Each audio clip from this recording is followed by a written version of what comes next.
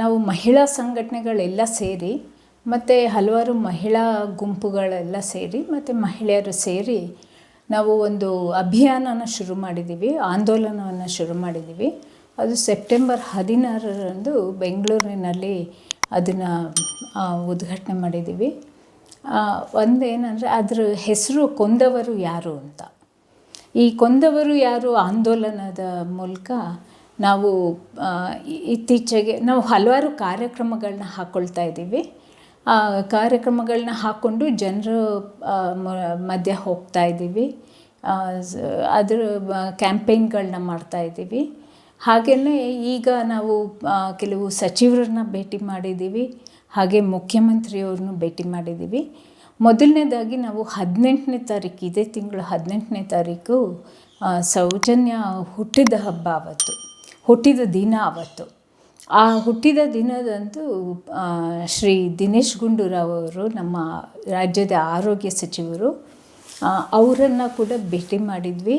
ಏಕೆಂದರೆ ಅವರು ದಕ್ಷಿಣ ಕನ್ನಡ ಜಿಲ್ಲೆ ಏನು ಧರ್ಮಸ್ಥಳ ಬರೋ ಅಂಥ ಒಂದು ಆ ಗ್ರಾಮ ಏನು ಯಾವ ಜಿಲ್ಲೆಯಲ್ಲಿ ಬರುತ್ತೆ, ಅದು ದಕ್ಷಿಣ ಕನ್ನಡ ಜಿಲ್ಲೆಯಲ್ಲಿ ಬರುತ್ತೆ. ಆ ದಕ್ಷಿಣ ಕನ್ನಡ ಜಿಲ್ಲೆಯ ಉಸ್ತುವಾರಿ ಸಚಿವರಾಗಿರುವಂಥ ಶ್ರೀ ದಿನೇಶ್ ಗುಂಡೂರಾವ್ ಅವ್ರನ್ನ ಕೂಡ ನಾವು ನಮ್ಮದೊಂದು ಈ ಆಂದೋಲನದ ನಿಯೋಗ ಭೇಟಿ ಮಾಡಿದ್ವಿ. ಅವರಿಗೆ ನಾವು ನಮ್ಮ ಏನು ಈ SIT ತನಿಖೆ ಇರ್ಬೋದು ಅಥವಾ ಅಲ್ಲಿ ಧರ್ಮಸ್ಥಳದಲ್ಲಿ ನಡೆದಿರುವಂಥ ಪ್ರಕರಣಗಳ ಬಗ್ಗೆ ನಮ್ಮ ಕಾಳಜಿಗಳೇನಿದೆ ಅದ್ರ ಬಗ್ಗೆ ಕೂಡ ಅವರಿಗೆ ಮನವರಿಕೆ ಮಾಡಿಕೊಟ್ಟಿದ್ದೀವಿ. ಏಕೆಂದರೆ ಇತ್ತೀಚೆಗೆ SIT ಮುಚ್ಚಬೇಕು ಅನ್ನೋ ಒಂದು ಎಲ್ಲೋ ಸುದ್ದಿ ಹರಡ್ತಾ ಇದೆ. ಹಾಗಾಗಿ ನಾವು SITನ ಮುಚ್ಚಬಾರ್ದು, ಯಾವುದೇ ಕಾರಣಕ್ಕೂ ಈಗ ಮುಚ್ಚಬಾರ್ದು. ತನಿಖೆಗಳೆಲ್ಲ ಅಲ್ಲಿ ಪ್ರಕರಣಗಳು ಏನೇನು ಇದ್ದಾವೆ ಮತ್ತು ಏನೇನು ಪೊಲೀಸರಲ್ಲಿ ರಿಜಿಸ್ಟರ್ ಆಗಿದ್ದಾವೆ ಅವೆಲ್ಲ ಕೂಡ ಸಮಗ್ರವಾಗಿ ತನಿಖೆ ಆಗಬೇಕು. ಆ ಸಮಗ್ರವಾಗಿ ತನಿಖೆ ಆದಮೇಲೆ ಅದು ನ್ಯಾಯಾಲಯಕ್ಕೆ ದೋಷಾರೋಪಣೆ ಪಟ್ಟಿ ಕೊಟ್ಟ ಮೇಲೆ ಆಗಲೇ SIT ಕ್ಲೋಸ್ ಮಾಡಬೇಕು ಅನ್ನೋದನ್ನು ನಾವು ಅವರಿಗೆ ತಿಳಿಸಿದ್ದೀವಿ. ಮತ್ತು ಇನ್ನೂ ನಮ್ಮದು ಒಂದು 10 ಹಕ್ಕೊತ್ತಾಯಗಳಿದ್ದಾವೆ. ಆ ಹಕ್ಕೊತ್ತಾಯಗಳನ್ನ ಅವರಿಗೆ ನಾವೊಂದು ಆಗ್ರಹ ಪತ್ರ ಕೂಡ ಕೊಟ್ಟಿದ್ದೀವಿ. ಅವರು ನಮಗೆ ಒಂದು ಭರವಸೆ ಕೊಟ್ಟಿದ್ದಾರೆ. ಅವರು CM ಹತ್ರ, ಮುಖ್ಯಮಂತ್ರಿಯವ್ರ ಹತ್ರ ಮಾತಾಡ್ತೀನಿ ನಾನು ಅಂತ ಹೇಳಿ ಭರವಸೆ ಕೂಡ ಕೊಟ್ಟಿದ್ದಾರೆ. ಹಾಗೆಯೇ ನಾವು ಇವಾಗ 21ನೇ ತಾರೀಕು ಮುಖ್ಯಮಂತ್ರಿಗಳ ಒಂದು ಅಪಾಯಿಂಟ್ಮೆಂಟ್ ತೊಗೊಂಡು ಅವ್ರ ಹತ್ರ ಕೂಡ ನಾವು ನಮ್ಮದೊಂದು ನಿಯೋಗ ಭೇಟಿ ಮಾಡಿದ್ವಿ. ನಾವು ಸುಮಾರು 10 ಜನರು ಬೇರೆ ಬೇರೆ ಸಂಘಟನೆಯವರು ನಮ್ಮ ಒಂದು ಕೊಂದವರು ಯಾರು ಆಂದೋಲನದ ಪರವಾಗಿ ನಾವು ಹೋಗಿ ಭೇಟಿ ಮಾಡಿದ್ವಿ ಅವ್ರನ್ನ. ಅವರಿಗೆ ನಾವು ಎಲ್ಲ ವಿಷಯಗಳನ್ನು ತಿಳಿಸಿದ್ದೀವಿ. ಏಕೆಂದರೆ ಇವಾಗ ಏನು ಈ ಒಂದು ಪ್ರಕರಣದ ತನಿಖೆ ಇದೆ, ಧರ್ಮಸ್ಥಳದಲ್ಲಿ ನಡೆದಿರೋ ಅಂಥ ಹೆಣ್ಮಕ್ಳ ಮೇಲಿನ ಒಂದು ಹೆಣ್ಮಕ್ಳ ನಾಪತ್ತೆ ಪ್ರಕರಣಗಳಿರ್ಬೋದು, ಅಸಹಜ ಸಾವುಗಳ ಪ್ರಕರಣಗಳಿರ್ಬೋದು, ಅಥವಾ ಅತ್ಯಾಚಾರ ಮತ್ತು ಕೊಲೆ ಪ್ರಕರಣಗಳಿರ್ಬೋದು, ಇದೆಲ್ಲವೂ ಕೂಡ ಒಂದು ಬೇರೆ ದಿಕ್ಕಿನಲ್ಲೇ ಹೋಗ್ತಾ ಇರೋ ಅಂಥದ್ದನ್ನು ನಾವು ನೋಡ್ತಾ ಇರ್ಬೋದು. ಅದು ಬುರುಡೆ ಸಿಕ್ತೋ ಇಲ್ಲವೋ, ಅದು ಎಷ್ಟು ಅಗಿಬೇಕು, ಈ ಥರದ ಒಂದು ದಿಕ್ಕಿನಲ್ಲಿ ಹೋಗ್ತಾ ಇತ್ತು. ಅದಕ್ಕೆ ನಾವು ಏನು ಹೇಳಿದ್ವಿ ಅಂತಂದರೆ, ಇದು ಬುರುಡೆ ವಿಷಯ ಅಲ್ಲ, ಇದರಲ್ಲಿ ನಿಜವಾಗ್ಲೂ ನಡೆದಿರೋ ಅಂಥವು ಬೇಕಾದಷ್ಟು ಪ್ರಕರಣಗಳಿವೆ ಮತ್ತು ಅದು ದಾಖಲೆ ಕೂಡ ಆಗಿದ್ದಾವೆ. ಪೊಲೀಸರಲ್ಲಿ ಅದು ರಿಜಿಸ್ಟರ್ ಆಗಿರೋ FIR ಆಗಿರೋ ಕೇಸ್ಗಳಿದ್ದಾವೆ ಮತ್ತು ಅದು ಕೋರ್ಟಿಗೂ ಎಷ್ಟೋ ಕಡೆ ಹೋಗಿದೆ.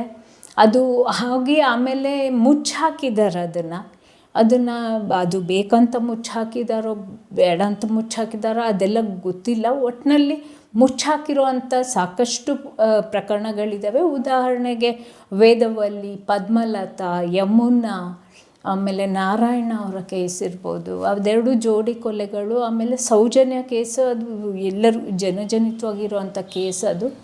ಸೊ ಇಂಥ ಕೇಸ್ಗಳೆಲ್ಲ ಅದು ಸಾರ್ವಜನಿಕವಾಗಿ ಎಲ್ಲರಿಗೂ ಗೊತ್ತಾಗಿರುವಂಥ ಕೇಸ್ಗಳಿವೆ. ಮತ್ತು ಇನ್ನೂ ಗೊತ್ತಾಗಿಲ್ಲದೆ ಇರುವಂಥ ಬೇಕಾದಷ್ಟು ಕೇಸ್ಗಳು ಇವಾಗ ಹೊರಗೆ ಬರ್ತಾ ಇದ್ದಾವೆ. ಹಾಗಾಗಿ ನಾವು ಮುಖ್ಯಮಂತ್ರಿಯವರಿಗೆ ಹೇಳಿದ್ದು, ನಾವು ಬುರುಡೆ ಹಿಂದೆ ಇಲ್ಲ, ನಮಗೆ ಅಲ್ಲಿ ಹೆಣ್ಮಕ್ಳ ಮೇಲೆ ಅಥವಾ ಜನಸಾಮಾನ್ಯರ ಮೇಲೆ ಏನು ಅನ್ಯಾಯ ಆಗಿದೆ, ದೌರ್ಜನ್ಯ ಆಗಿದೆ, ಹಿಂಸೆ ಆಗಿದೆ, ಆ ಕೇಸ್ಗಳೆಲ್ಲ ಏನು ಜನ ಬಂದು ಅದನ್ನು ಹೆಣ್ಮಕ್ಳ ಮೇಲೆ ಆಗಿರೋಂಥ ಅನ್ಯಾಯನ ಏನು ಪೊಲೀಸರಲ್ಲಿ ದಾಖಲೆ ಮಾಡ್ತಾ ಇದ್ದಾರೆ. ದಾಖಲೆ ಮಾಡೋಕ್ಕೆ ಮೊದಲನೇದಾಗಿ ಅವರಿಗೆ ಅವಕಾಶ ಕೊಡಬೇಕು. SITನಲ್ಲಿ ಅವಕಾಶ ಕೊಟ್ಟು ಅವ್ರಿಗೆ ಧೈರ್ಯ ತುಂಬಬೇಕು. ನೀವು ಬನ್ನಿ, ಆರಾಮಾಗಿ ನೀವು ಅದನ್ನು ರಿಜಿಸ್ಟ್ರ್ ಮಾಡಿ ಅಂತ. ಆಮೇಲೆ ಸಾಕ್ಷಿ ಹೇಳೋರಿಗೂ ಕೂಡ ಒಂದು ಧೈರ್ಯ ತುಂಬಬೇಕು. ಏಕೆಂದರೆ ಅಲ್ಲಿ ಆ ಥರದ ಒಂದು ವಾತಾವರಣನೇ ಇಲ್ಲ ಅಲ್ಲಿ.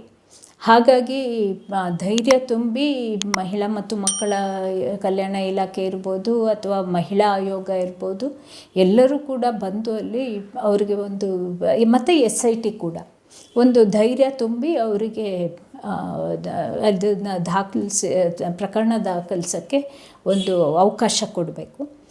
ಹಾಗೆಯೇ ನಾವು ಸರ್ಕಾರನ ಕೇಳ್ತಿರೋದು ಅಥವಾ ಮುಖ್ಯಮಂತ್ರಿಯವ್ರನ್ನ ಕೇಳ್ತಿರೋದು, SIT ಮುಚ್ಚಬೇಡಿ ಇವಾಗ ಅಂತ.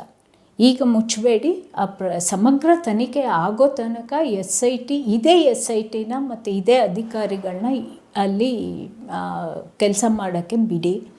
ಹಾಗೆಯೇ SIT ಒಳಗಡೆ ಕೆಲವರು ನುಸುಳಿದ್ದಾರೆ.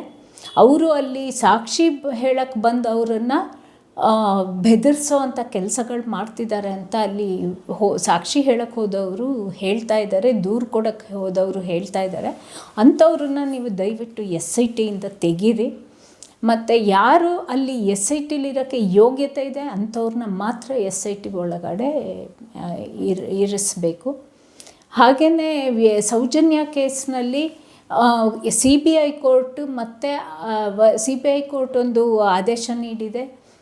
ಆ ತನಿಖೆಯಲ್ಲಿ ತಪ್ಪಿತಸ್ಥ ಅಧಿಕಾರಿಗಳ ಮೇಲೆ ಅಕ್ವಿಟಲ್ ಕಮಿಟಿಯಿಂದ ನೀವು ಅಕ್ವಿಟಲ್ ಕಮಿಟಿ ಮಾಡಿ ಅದ್ರ ಮೂಲಕ ನೀವು ಕ್ರಮ ಕೈಗೊಳ್ಳಬೇಕು ಅವರು. ಏಕೆಂದರೆ ಅವರು ಸಾಕ್ಷಿಗಳನ್ನ ನಾಶ ಮಾಡಿದ್ದಾರೆ, ಪೊಲೀಸ್ ಅಧಿಕಾರಿಗಳು ಮತ್ತು ವೈದ್ಯಾಧಿಕಾರಿಗಳು ಅವರೆಲ್ಲ ಸೇರಿ.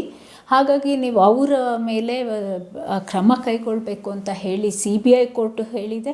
ಅದನ್ನು ಕರ್ನಾಟಕ ರಾಜ್ಯ ಉಚ್ಚ ನ್ಯಾಯಾಲಯ ಕೂಡ ಅದನ್ನು ಎತ್ತಿ ಹಿಡಿದಿದೆ ಆ ಆದೇಶನ. ಹಾಗಾಗಿ ಮೊದಲನೇದಾಗಿ ಅವರಿಗೆ ನೀವು ಏನು ಬಡ್ತಿ ಕೊಟ್ಟಿದ್ದೀರಾ ಅದನ್ನು ನೀವು ವಾಪಸ್ ರದ್ದು ಮಾಡಿ ಅವ್ರ ಮೇಲೆ ಕ್ರಮ ಕೈಗೊಳ್ಳಬೇಕು. ಕ್ರಿಮಿನಲ್ ಮೊಕದ್ದಮೆ ಕೂಡ ಅವ್ರ ಮೇಲೆ ಹೂಡಬೇಕು ಅಂತ ಹೇಳಿ ನಾವು ಕೇಳ್ಕೊಂಡಿದ್ದೀವಿ. ಮತ್ತು ಇನ್ನೂ ನಮ್ಮದು ಹಲವಾರು ಹಕ್ಕೊತ್ತಾಯಗಳು ಇವೆ. ನಮಗೆ CM ಅದನ್ನೆಲ್ಲ ಆಯಿತು, ನಾವು ಅದೆಲ್ಲ ಪರಿಶೀಲನೆ ಮಾಡಿ ನಾವು ಖಂಡಿತವಾಗ್ಲೂ ನ್ಯಾಯ ಕೊಡ್ಸೋಕ್ಕೆ ಅಂತಲೇ ನಾವು SIT ರಚನೆ ಮಾಡಿರೋದು.